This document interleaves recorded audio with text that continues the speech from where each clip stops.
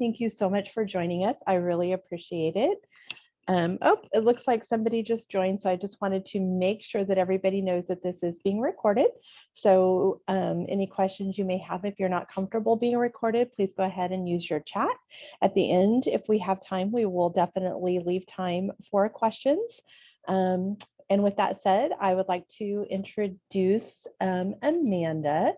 Amanda is a certified professional dog trainer, as well as a Multnomah County Services volunteer. She's been here probably longer than me, and most of you probably know her, as I can tell by the names that are up here. She has volunteered in the kennels, trained, monitored new kennel volunteers, and helped out MCAS Lost and Found Pet team. Amanda's professional training focuses on basic skills, impulse control, leash reactivity. She is passionate about the value foster homes add to rescue and shelter organizations, having fostered herself on and off for several years. Amanda shares her home with 3 American Amstaff Terrier mixes, using training tools to build a relationship of trust and cooperation with them. Basically, she's awesome and we appreciate her. And I am going to turn it over to Amanda. Thank you. Well, welcome everybody. I'm so glad that we can do this and have this conversation today in regards to fostering. And hopefully if you've been on the fence or interested in fostering, this is going to answer some questions that you have, or maybe answer some apprehensions that you have. Like Tina said, I'm a certified professional dog trainer, knowledge assess, and I've also been fostering for years before I earned my certification in dog training. And so some hard-won lessons in fostering that hopefully I can share with you and answer some of your questions today. We kind of pulled this presentation together rather quickly, and this is my first time through the material in the format that it's in. So if you would just give me some grace as we move through the information. And like Tina said, if you have questions, feel free to chat those, and then we can hang out at the end and answer those questions that you might have about the materials. And then I believe we're also going to share the materials that I'm going through today in the chat in PDF form, so that you can look back at that, because I'm going to talk about some resources and it's going to have some links that you can utilize. In addition, I live with 3 dogs. One of them is in the room with me. So if there's a little bit of noise in the background, I apologize, but so goes life with animals. So let's jump right into it. So what are our goals when we're fostering dogs? First and foremost, it really is to provide a safe and healthy environment for that dog outside of the shelter setting. Ideally, because a shelter is inherently a stressful environment, we're removing a lot of that stress by bringing them into somebody's home. And that's really, we want to reduce stress so that we don't see unwanted behaviors or stereotype behaviors start to pop up because the dog's feeling overwhelmed. We also have a great opportunity to learn about that dog in a home environment that we don't have the same opportunity in a shelter environment because of the stress level on dogs. So when they're in a home environment, the stress is reduced and we can observe behaviors about them, find out what they like, what they don't like. And that's helpful because you can pass that information along to your foster coordinator, Tina, and they can help incorporate that information in the dog's bio and look for the best fit home for that dog, so that there aren't adoption returns as likely. And then sometimes there are fosters that are recovering medically. Maybe it's from a chronic skin issue, maybe it's from an acute injury like a broken leg, but foster homes are a great environment for dogs to recover medically because, again, there's less stress on the dogs and they can heal quicker. So those are the goals of dog fostering. It's important also to understand the expectations or the rules around whatever organization you're fostering for, and in this case, Multnomah County Animal Services. And for Multnomah County Animal Services, those expectations would be providing transportation to and from the shelter if they're meeting a potential adopter or if they're coming in for a medical appointment with the veterinary care team. not leaving the dogs that you're fostering outside unsupervised. You just never know what can happen very, very quickly. And so always having eyes on those dogs when they're outside is really important, and not leaving them outside unsupervised. Not taking our foster dogs to dog parks or off-leash areas. Again, we want to be super responsible with these kiddos and really reduce any situations that could be adverse for them. So we're not taking them to dog parks or off-leash areas. We're not leaving our foster dogs tethered outside for any length of time. Let's see here. We're not taking them and leaving them in our yards if our yards are not securely fenced. And even if you have a securely fenced yard, when I fostered, I would always like walk the perimeter and check for any holes in my fence. Is there something that maybe my resident dogs wouldn't try to escape through, but maybe a younger, more exuberant, more motivated dog might try to escape for? So I'm really evaluating my fenced yard for the dog that I'm fostering. And if my yard isn't fenced, and I'm not leaving them outside to run that yard off leash. Let's see here. And then, like I said before, observing our foster dogs, observing what they like, what might get them excited, what they might be a little bit unsure about, documenting those, and then sharing those with Tina and the foster team at Multnomah County Animal Services so that they can incorporate that information into what we know about the dog to help get them the best placement possible. Okay, so let's see here. Things to consider when you're thinking about fostering. Thinking about the age of the dog. You know, are you looking at a puppy? Are you looking at an adolescent dog, which is that 6 months to 18 to 24 months old, or are you looking at a senior dog? And the age of the dog is going to make a big difference in what's going to be required of you on a daily basis on interacting and managing and caring for that dog. Think about the size of the dog. You know, are you dealing with limited space? Are you thinking maybe more of a smaller dog, like under 14 pounds would be better for your individual situation? Or can you accommodate a larger size dog? And so really think about that before you decide to take a dog home to foster it. And hand in hand with age of dog is energy level. And that's really going to make a difference on the physical and mental enrichment that that dog needs. I love senior dogs because they're just more relaxed. They don't need as much physical exercise. They need some mental enrichment, but not as much as a puppy or an adolescent dog does. So think about how much time you can commit to that. And that's going to make a big difference on the age of the dog that you're looking at fostering. And time commitment. How much time do you have in your day? Do you have time to play with that dog, do some simple training, take them on quiet walks? Really be realistic about that because we don't want you stressing out and we don't want the dog stressing out because they're not having their needs met either. A big consideration is if you do not own your own home and you're renting, or if you live in a home that's in an area with an HOA, you really need to find out ahead of time if your landlord or property manager or HOA has any limitations on the size of the dog or breed restrictions, because unfortunately those are very common. And find out ahead of time so that you know the size or breed mix of dog that you can bring home to foster. And then compatibility with your other dogs at home. And so this is a big thing.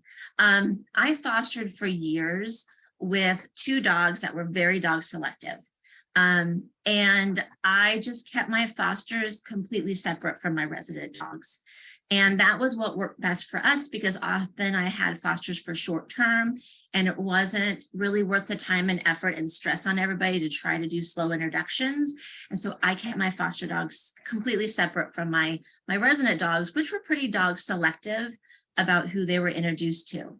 But if you have a dog social dog and you're looking to foster, talk to the shelter about potential dogs that they know might have already demonstrated friendly behaviors with other dogs and see if there's available options there. Okay, So preparing your home to bring home a foster dog. And this is really important to take some steps beforehand and not just like go pick up the dog and walk through the door and be like, oh, shoot, I wasn't ready for this. So preparing your home. When you take a foster dog home, it is not at all uncommon for them to be frightened or unsure about what's happening. You're doing a great thing, but they do not know you from Adam. And so they're all of a sudden with a stranger and in a new environment, and they might be frightened and they might be unsure. And it's really important not to overwhelm them right away. And so preparing a dedicated area for your foster dog in your home is going to help ease that adjustment period. It's often better to confine your foster dog to a small room or a small dedicated area in your home at first, so that giving them access to the house or the apartment or whatever it is, access to the entire home in the beginning can be overwhelming for them, but giving them a dedicated area can simplify things, help them feel more secure. It's really a good thing to think about and plan for. And then over time, you can help them adjust to having more free reign in your home. This area should be large enough for them to move around. If you're going to be crate training, large enough to place an appropriate size crate for them in. They should still have access to food, water, and appropriate toys in this dedicated area. And this is actually pretty easy to achieve normally with the use of baby gates. Baby gates are just a godsend if you're a foster home for dogs. You can baby gate off a small bedroom, you can baby gate off a kitchen area or a bathroom or a walk-in closet. But using a nice secure wall-mounted baby gate, I like collar ones that are between like 3 to 4 feet tall that pressure mount into the door frame. You can buy them online, you can buy them at Goodwill, you can buy them on Facebook Markets. I feel like there's always somebody on Facebook Markets trying to get rid of a baby gate. You can also use exercise pins that are metal framed exercise pins for dogs that you can usually use to block a space off for a dog. And those can range from anywhere from 3 feet to 5 feet tall. It's important to think about the size of the foster dog you're going to be bringing home and make sure that baby gate or exercise pin is tall enough if you have an excited bigger foster dog.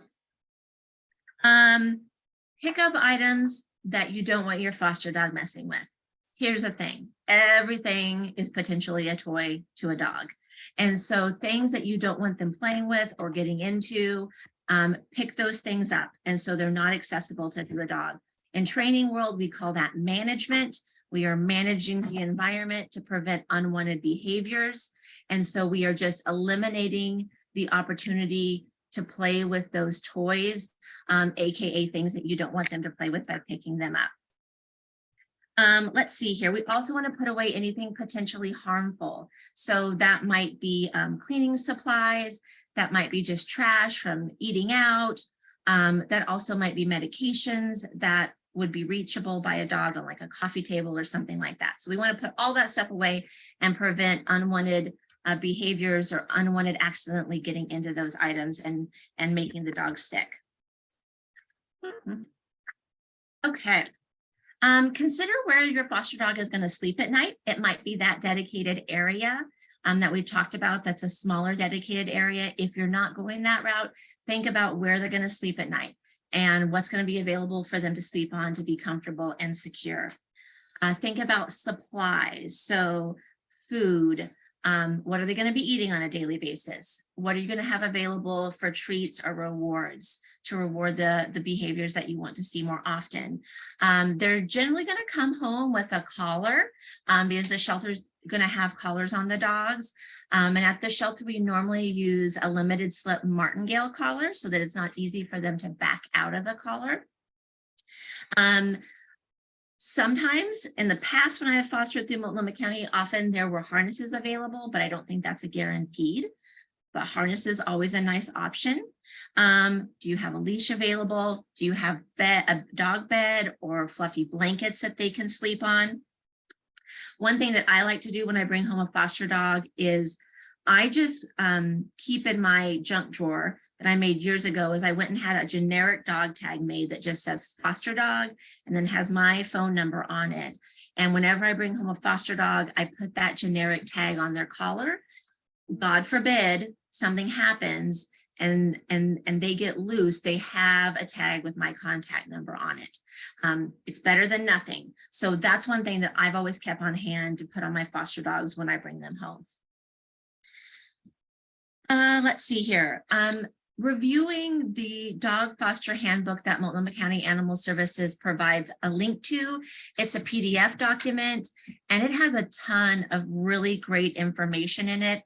I would encourage you that if you're thinking about fostering, read through that. It's not a novel, but it's really full of good information to be aware of before you bring your foster dog home. I also really like taking advantage of setting up a radio or a speaker of some kind in my foster dog's area and playing calm, relaxing music. So we know through scientific study that dogs respond to classical music and actually reggae music. They really like both of those, and it will help just reduce the stress in our dog. We don't need to be blasting it, but just playing it softly will help kind of soothe out that environment a little bit for them. And as far as the note of soothing out the environment, it's good to be mentally prepare yourself for the first night that your foster dog is in your home.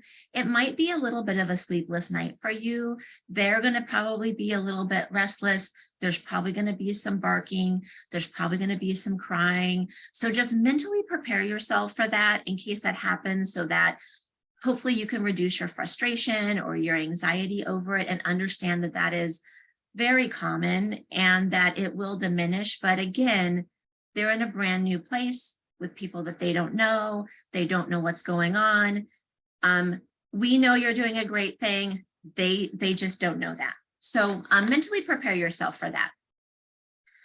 So that is preparing your home for a foster dog. Let's talk about settling in once that foster dog is in your home.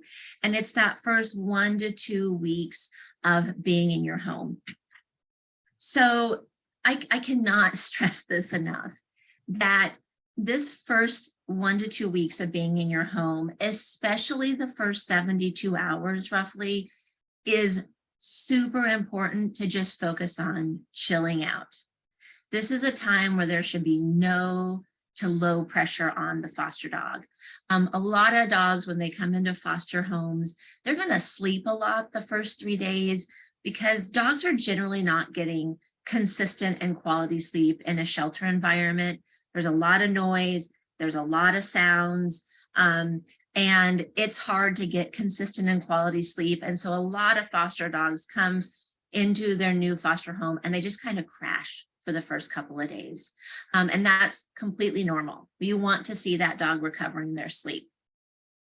But this is not the time to be worrying about training. This is not the time to be worrying about how much does this dog want to interact with me. We really, especially the first 72 hours, just want to give them space and chill out. I'm going to say it again, give them space, be patient with them. Don't focus on petting them a lot. And so this is a tricky one for folks that are fostering dogs, because obviously you're fostering because you care about them and you want to see them have a good experience. You want to help out. And these are all awesome things. But it's a misconception that dogs always want to be petted by us. They don't always want to be petted by us. And sometimes we can actually add stress to the situation by trying to pet them. And so when I have a new foster dog in my home, I might be sitting in their dedicated area with them and reading a book or watching a movie on my tablet, but I'm just leaving them alone. If my foster dog comes over to me and they're bumping my hand with their nose, that's what we call soliciting attention. And if they're doing something really active like that, they're rubbing their nose or their head under my hand, I'm going to pet them for 3 to 5 seconds, and then I'm going to stop. And if they don't continue bumping my hand with their nose or rub up against my side or lean into me, I'm not going to pet them again. because a dog can be physically present around us, and that doesn't mean they want our physical attention. But if they are actively soliciting our attention with leaning into us or rubbing their head up against our side or running their muzzle under our hands, that's a really good sign that they're asking for some physical attention. We give it to them for a few seconds, we stop and see if they ask for it again. If they don't, we just let them be. And so we don't want to, put the foster dog off by constantly trying to pet it. And that's a hard one because we love animals and we love to pet them. But I always like to put that out there. This is really, again, critical time, the first couple of weeks, especially the first 3 days, just staying at home and chilling, just chilling out. After about 2 to 3 days, if you see that your foster dog is relaxing, there's no obvious signs of fear, they're responding to you and coming up to you for attention, you can think about taking them on a short on-leash walk in a quiet area. And again, we don't want to take them to a super busy park on a Saturday on a nice sunny day when there's going to be 1 million people and their dogs out. We don't know what that dog might be scared of on leash and what behaviors they might be practicing on leash that you may or may not be used to. Barking at a bicycle or barking at a bouncing basketball or barking at another dog on leash might be something that they practice because they're uncomfortable or scared of that thing or excited about that thing. And you might not be familiar about what to do in that situation. And so we don't want to overwhelm them. When I first start taking my foster dogs out on short leashed walks, I'm talking like 10 minutes in the beginning, I go to a very quiet place and see how they respond to their environment. I love business parks on the weekends or after hours because they usually have sidewalks and they're very quiet. So if you're interested in this, do a quick Google search of business parks near you. Cemeteries, be respectful, but walking cemeteries are usually very quiet and there's not a lot of other dogs there. Or big empty parking lots like church parking lots during the week that are big and empty. Where you can just get a feel for how does this dog respond on leash? What do they think about things in their environment? So just take that slow. That's really, really important. Let's see here. So having toys available to your foster dog is important. If you can, ask the shelter before you take that dog home, have you guys observed that there's certain types of toys that they do well with? Have you observed that there's certain types of toys that they eat? Often we see very quickly on the kennel side, oh, so-and-so can't have soft toys. They can only have these type of more rugged toys because they'll ingest them. And we don't want to put a dog in danger in that way. So ask that information. If that information isn't available, not the end of the world, but use common sense. If my dog is a 75-pound pit mix, I don't give him a lot of super softy toys. I give him more rubbery toys and bones to chew on like Nyla bones, something that's size appropriate for him. And then when I do give foster dogs toys to play with, I'm going to monitor those interactions. And in the beginning, I'm only going to have toys around them when I can actively watch how they're interacting with that toy, making sure they're not pulling pieces off and ingesting it. And if I need to remove that toy or just remove it out of their area or possibly have them stop playing with that toy, I'm never going to just like reach in and take it out of their mouth. That's not a good choice. What I want to do is have something really high value that I can trade them with.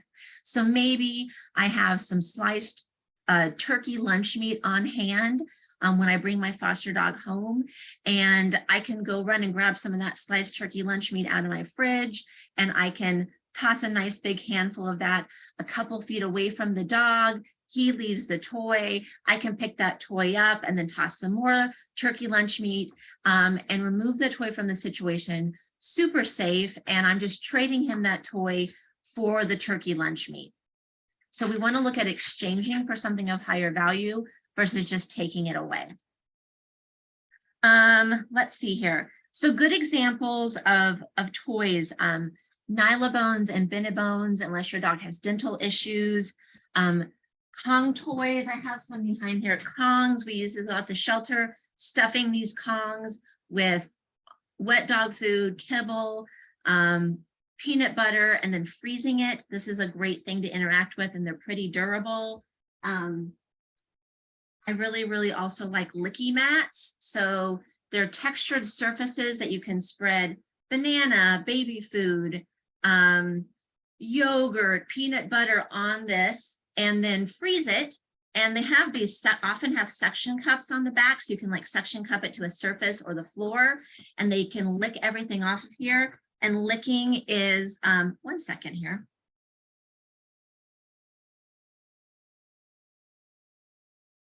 My dog was starting to eat his licky mat. So we're going to remove that. Licking it is actually a calming behavior for dogs. So these are a good option for toys and enrichment. And then I also like enrichment toys like these wobblers that they're very durable. They come in different sizes based on the size of your foster dog. You can put kibble in the top and see there's a hole there, and it filters down through this device, and then the kibble comes out of here, but it's weighted, so they wobble it around. And it's a great toy to feed our dogs some of their meals in as far as enrichment goes. So some things to keep in mind. Okay, once again, I'm going to pick this up so that my dog doesn't try to play with it while I'm on here. Okay, another important thing for that settling in period is, I like to say, no house parties. So during that first 1 to 2 weeks when your foster dog is settling in, minimize the people and pet introductions to your foster dog so that they're only meeting your immediate family or housemates that are residing in your home and your personal pets. And that's with a caveat. They may not meet your personal pets at the time that they're residing in your home as a foster dog. And why is this important? Again, there's a lot of change happening for your foster dog at once. We are excited about bringing foster dogs into our home. We think they're super awesome and adorable. We want to share that with our friends and family, but it can be really overwhelming to your foster dog, and we don't want them reacting poorly to that. So it's hard, and I get it, and I've been there, but you really want to limit those introductions to the immediate family or roommates in your home, or pets that reside in your home. And again, the caveat is they might not meet the pets that reside in your home while you're fostering them. Let's see here. It's also important that if you have pets in the home, that you have a dedicated space for your foster dog that's their own space that they can stay while they're getting used to the new sounds and new smells of their foster home. Okay, here. Let's see here. Following up on that is don't leave your foster dog unattended in your home with your personal pets. So say you've done a slow introduction and they seem to be doing fine when you're at home with them. Don't leave your foster dog unattended with your personal pets. We want to prevent any disagreements while you're away or any unwanted interactions while you're not there to monitor them. So having a dedicated space for your foster dog to stay and a dedicated space for your personal pet to stay when you're not home to monitor them is really important. If you're introducing a personal pet to your foster pet, then you want to check out the instructions on the foster dog handbook, and pages 18 through 20 give you some guidance around this. Be observant of fearful behaviors from your foster dog during the first couple of weeks. And the foster dog handbook on page 22 has a really great illustration by Lily Chin of what fearful behaviors in dogs, common fearful behaviors in dogs look like. So check that out. Print it off and post it on your refrigerator. It's a great reference to look back at. If you see your dog demonstrating fearful body language, fearful behaviors, then think about how you can reduce the pressure on your foster dog. This might be giving them extra physical space, lowering your voice. If you're used to talking loudly or you're just kind of an excited talker, lowering your voice and talking more calmly, reducing loud noises in the home, not reaching for them, letting them come to you and solicit attention, slowing down movements when you're around them. All those things can help reduce fear, reduce anxiety, reduce just being uncomfortable in the environment for your foster dog. House training, this is a big one. This is important for people. So referencing that dog foster handbook that MCAS has put together, page 17 provides some really great guidance on this. But overall, couple key points is taking your foster dog out more frequently than you think you need to, especially at first. This might be every hour or two in the beginning. And when you take them out to go potty, bring some treats with you, snuck away in your pocket. And as soon as they have finished going potty outside, you're going to praise them and reward them with several treats in a row. You're not going to wait till you come back in the house to reward them, because then you're actually rewarding them for coming back into the house. But you want to capture the moment right after they finish going potty outside, praise them, tell them that they're the best thing in the world, and give them several treats in the row, and then bring them back inside the house. And that's a really critical point that can make a big difference in how quickly your foster dog catches on to house training. Let's see here. Also, one of the pluses of having your foster dog in a smaller area, especially in the beginning, is dogs are less likely to go to the bathroom in an area that they're actively occupying. If they have full access to your home, it is much more likely that if they're not house trained, they're going to kind of move off to an area of the home that's they're not using or is not as used as frequently, and they'll have accidents there. And so we can use some management by limiting their access to our home to prevent accidents that way. If an accident happens, it's going to happen if you continue to foster. Just make peace with that. If an accident happens, we're not punishing an accident. That time has come and gone. If you were to punish them, A, it's not going to build a good relationship with your foster dog, and B, they're not going to relate it to the fact that they went to the bathroom in the house. So we're not punishing accidents. What we are doing is we're taking them outside potty to see if they need to go anymore. We're rewarding it if they go outside, and then we're coming in and we're cleaning up that accident as soon as possible. And if possible, we're cleaning it up with a good enzyme-based cleaner that's going to help remove the scent of urine or feces, so they're less likely to go to the bathroom there again. If you don't have access to a good enzyme-based cleaner, I have found that just mixing white vinegar and water is actually a pretty good cleaner that removes odor and is antibacterial. So that's something to think about. It's natural if that's important to you. So that's a lowdown on house training. Be consistent. Take your foster dog out more often than you think they need to go out, and reward them as soon as they've gone potty outside. Don't wait till you bring them back into your home. So management and training. Management in the training world is arranging our dog's environment to prevent unwanted behavior. And we use management all the time, and we don't even think of it. We use leashes to prevent our dogs from running away. We use fences around our yards to prevent them from going off of our property. Those are all forms of management. Management can be used really successfully with foster dogs as well to prevent unwanted behaviors. So limiting the access to the full home and giving them a dedicated space is going to be a form of management. Picking up items that you don't want your foster dog playing with or chewing on or ingesting to prevent them from gaining access to them is going to be a form of management. And management is awesome, and it's your friend. And there's so many awesome ways to use management to have a smoother foster dog experience. Let's see here. Training can also be incredibly beneficial and a great option for exercise and enrichment after your foster dog has settled in a little bit.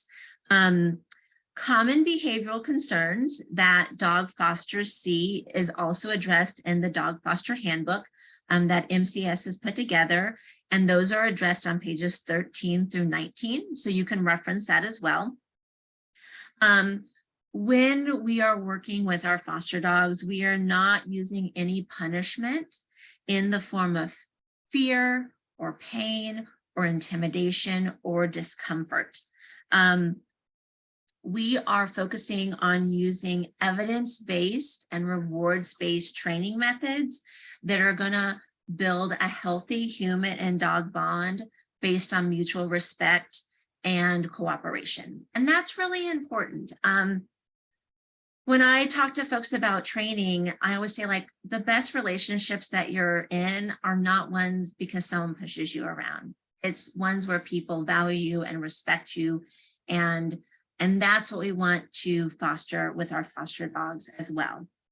And so what I like to impart, because training is such a broad subject, and I could talk about training for hours, but in a nutshell, what I like to share with people when it comes to training, especially with our foster dogs, because sometimes we don't have a lot of time with them before they find their adoptive homes, is if we reward or reinforce the things that we want to see happen more often. So let's say my foster dog sits down when they approach me. If I reward that with a treat or some attention, it's going to happen more often. Rewarded behaviors are behaviors that happen more frequently. This is because dogs do what works for them. They have no moral compass. They do not know right from wrong. They aren't doing something to get back at you or doing something because they think it's going to make you mad. There's no moral compass there. They just simply do what works for them. So behaviors or skills that we reward or reinforce are going to occur more frequently. Behaviors that we remove reinforcement for, that we don't reward them, we don't give them our attention, we don't give them food, we don't touch them, those behaviors are not going to be working for them, and they're going to occur less frequently because, again, dogs do what works for them. So here's a really good example. So say your foster dog jumps up on your kitchen counter, puts his paws up there and finds bread and he eats it.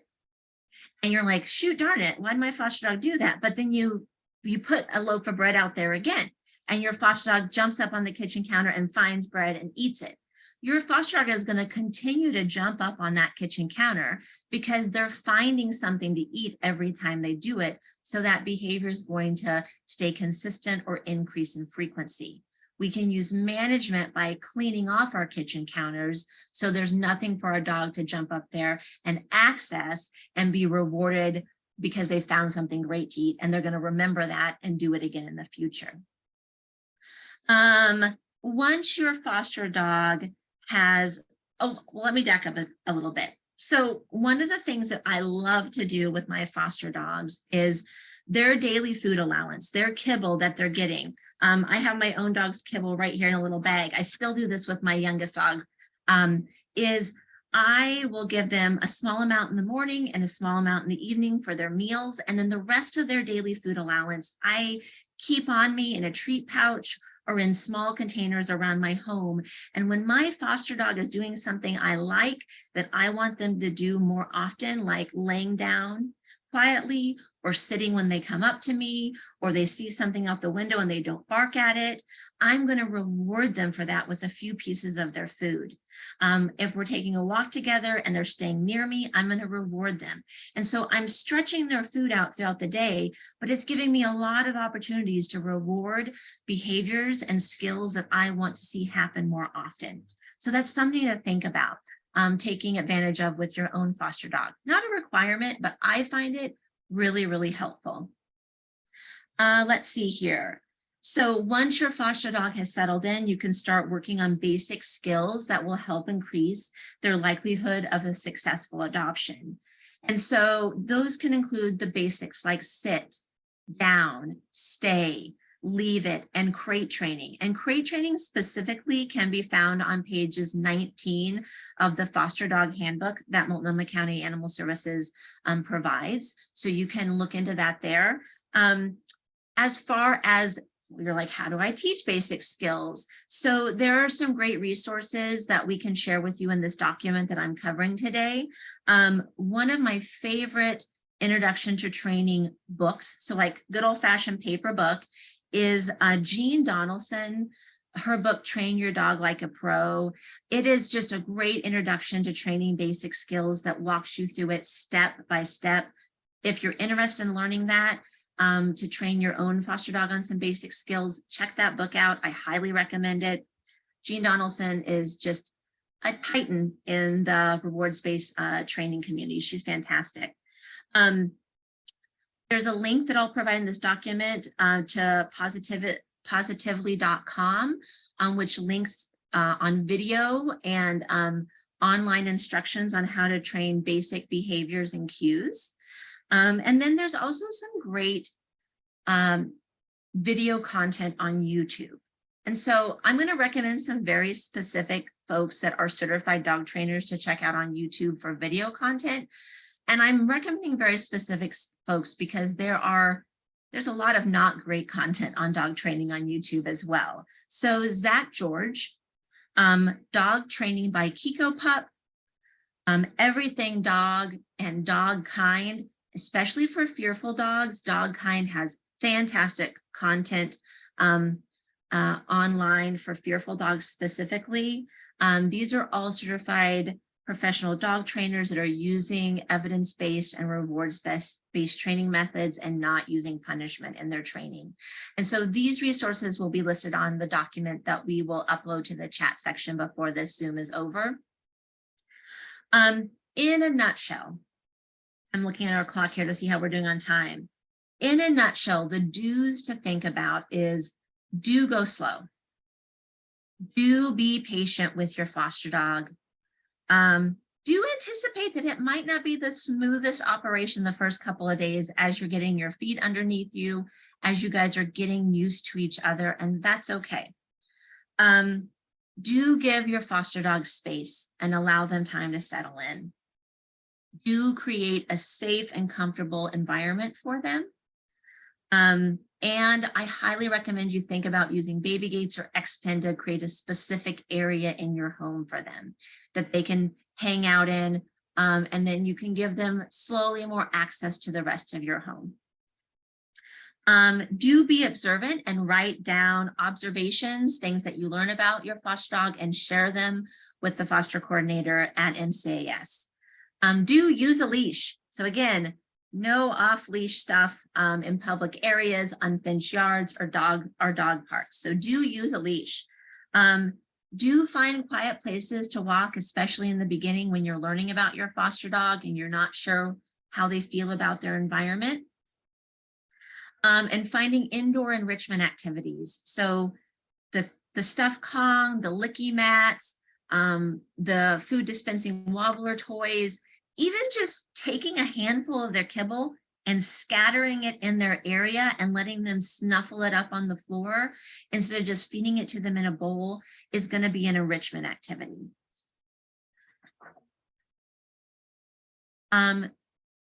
We talked about indoor enrichment just now. Do reward skills and behaviors that you would like to see occur more often. Here are some don'ts. This is going to sound a little bit familiar, but we're going to just talk about it one more time. Don't expect your dog to know the rules because they do not. And you'll just be disappointed. So understand that your dog doesn't understand your house rules. They don't know the expectations of them. That's for you to help them learn as you're navigating the first couple of weeks together. And it might take a little bit longer than a couple of weeks. So don't expect your foster dog to know the rules when they come to your house. Don't take your foster dog to busy places like a busy park or like a pet supply store. Don't take them anywhere like that, especially right away. It's going to be overwhelming for them and we don't want to see an accident happen. Don't invite friends and family over right away to meet your adorable new foster dog. Give them a couple weeks to settle in first and make sure they're comfortable and confident in your foster home first. Don't take your foster dog to dog parks or off-leash areas. Don't punish unwanted behaviors. Don't punish potty accidents indoors. Don't worry about petting your foster dog right away. As they become comfortable with the environment and with you, they're going to warm up to you over time. But we don't want to put that added stress of feeling like we've got to corner them and pet them to show them that we love them. It's not going to help the situation. And then no roughhousing. Excitement isn't always happiness, and we want to set our foster dogs up for success, and roughhousing is generally not going to get us there. So games like tug, roughhousing or wrestling with them, just stay away from that for right now. If you have a foster dog long term, you can learn how to play an appropriate game of tug, but on the onset, just stay away from that. We don't want an accidental nip due to arousal or anything like that. So safety first, and I'm always of the better safe than sorry mindset. So your resources are the MCAS Dog Foster Handbook that I've talked about several times. There is a great Q&A section in that Dog Foster Handbook that begins on page 29 as well. If you have a foster dog long enough to start working on some basic training, in this document that we'll share, there is a Learn to Earn program by Dr. Sophia Yin that has a little ebook on some things that you can put into practice once your foster dog is settling in. And then, of course, Tina is available to reach out to if you have questions or concerns, and you can reach out to the foster coordinator and talk to her about those as well. That is all I have. I am happy to see if we have any questions. And then Tina, I'm going to take a second and I'm going to add to the chat this document that I've been going over. Great, thank you. Thank you, Amanda. All lovely information and super helpful. I really enjoyed it. I just wanted to I wrote down a couple things that you had talked about, just so everybody knows, if we have the supplies available, including X pens and crates, we will do our very best to supply those to our fosters. Most dogs do have a harness. We have a supply here, so we will do our very best to fit you with that as well. And at the end of this, if you have any questions, again, feel free to chat them, raise your hand, and we can let you ask those questions. I'm going to send out a short survey when we're done, just basically if there's something that you would like future classes to be about. And then I'm also going to send a PDF of what Amanda just posted, and then I'll send a PDF of our handbook too, so you have easy access to it. So if anybody has any questions, please feel free to ask those now, either chat or raise your hand. And we just really appreciate you guys coming. It looks like Jill raised her hand. And it looks like Selena, a question was posted on Selena's behalf to the chat, asking if it's okay to take our foster dogs to sniff spots. And Tina, I'm not sure if you know what sniff spots are, but they are private property that you can rent out hour by hour that, depending on the property, may or may not be fenced or secured. There's usually a description. I would say if once you get to know your foster dog and you're going to secure property, that seems appropriate, but with the caveat of I would still probably have them on a long line. You can buy long line leashes that are up to 50 feet that you're keeping a hold of them just in case. Like, I am always better safe than sorry when it comes to my foster dogs. And so sniff spots can be a great idea, but I would still probably use that in conjunction with a long line or just a regular leash and walking them around the property. Tina, did you have anything to add about that?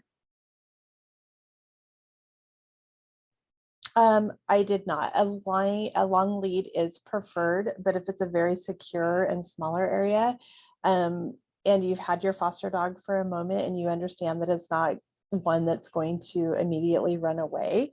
If you have, I would not be opposed. If you have questions, you can always call and ask too. So I'm going to unmute Jill here real quick because she has a question, but then there is another chat question. So, okay, Jill, can you talk? No? I think so. Oh, yeah. Can you hear me? No? Yes. Yeah. Thank Hi. you. I was just wondering how you felt about when I have a fearful foster dog and we're out on a walk. If there are dogs behind fences that I know are friendly and nice dogs, how do you feel about letting them meet through the fence? Well, it depends on if that fearful dog wants to engage. I mean, often with leash reactivity behaviors are based around fear. And even if that other dog is friendly, if your foster dog is fearful of other dogs, they still might not want to engage with them. What I would do is I would start at a distance and see if my foster dog can look at that dog behind a fence calmly and reward them for looking at that dog at a distance and see, are they loose bodied? Are they curious? Or are they stiff? Are they backing up? Or are they barking? Does that make sense, Jill? Yeah, thank you. Yeah.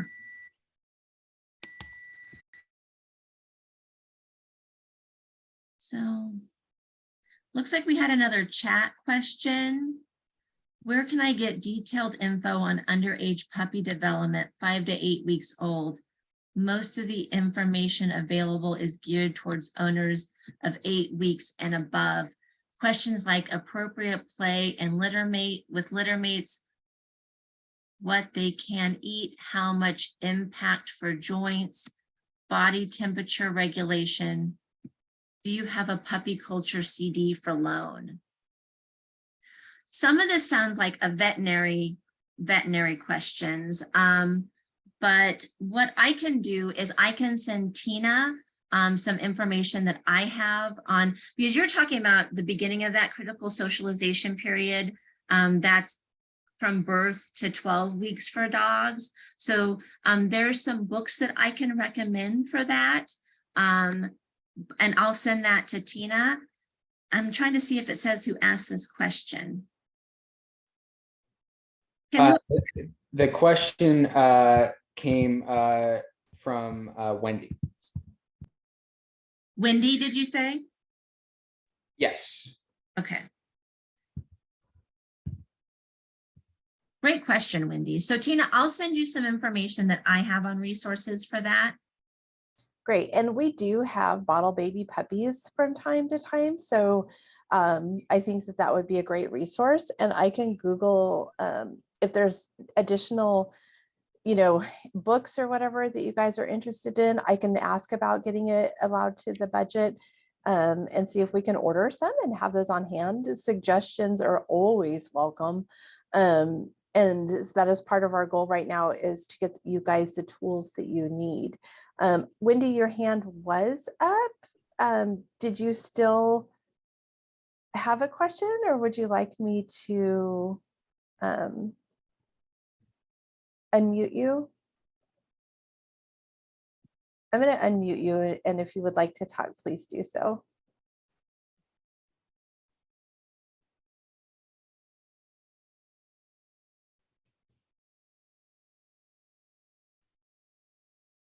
Okay. Sorry, can you hear me? Oh, there you are. Oh, sorry, I don't know how to use this. Yeah, that was just my question. Okay. Are you familiar with the puppy culture DVDs? The puppy. I am not. I'm not either, but I can certainly look into it.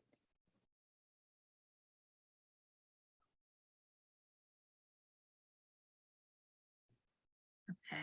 Hey, Wendy, do you have my email? I can, I'll shoot you an email too, and then we can talk about that a little bit more. Great, thank you. Yeah. I think it's on the, I think it's posted. Yeah, it is. Okay. And then it looks like there's a question here from Fiona regarding her current foster. Yeah, it looks like, so it says my current foster will use her open mouth to get my attention.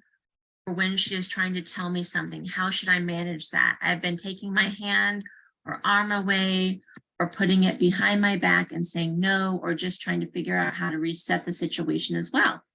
As well as teach her to use other ways of getting what she wants. Can we maybe unmute Fiona if she's still here?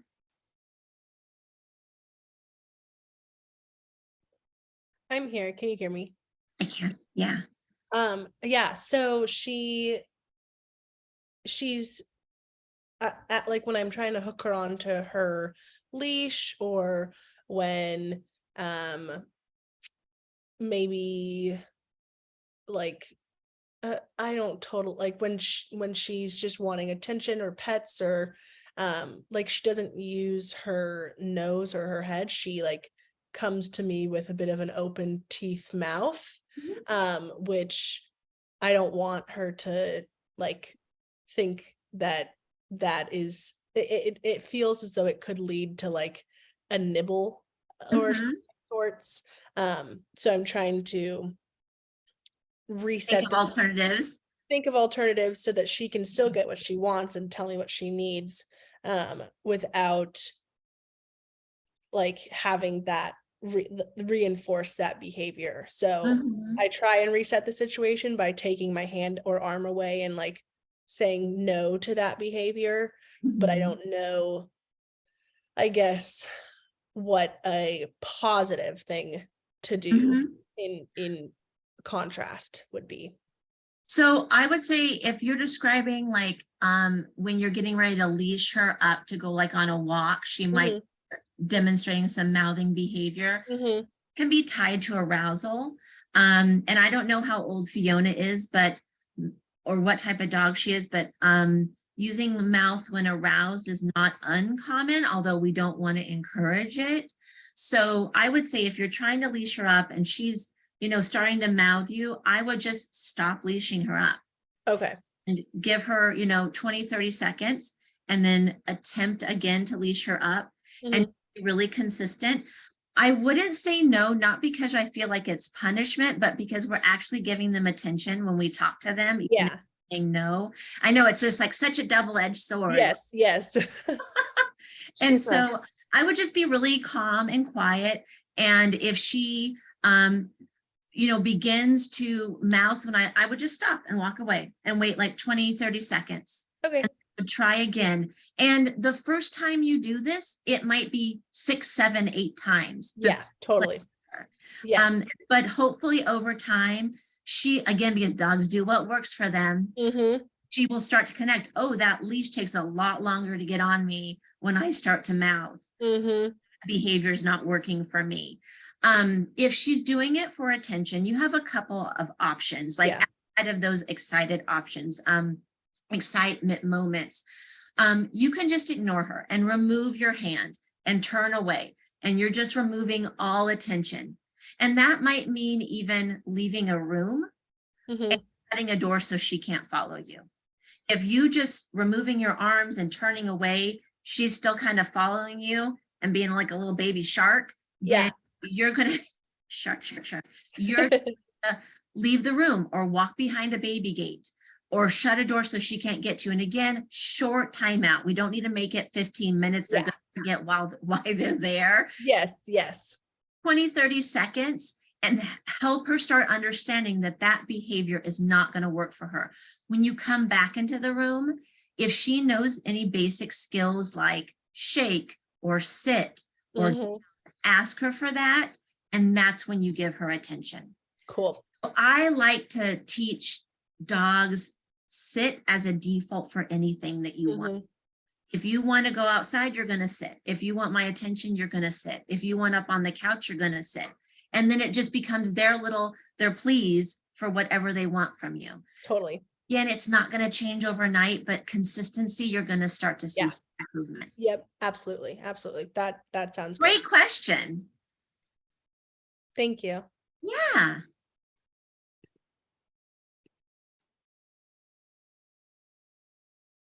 I think, did anybody have any other questions? I don't think we're missing any in the chats.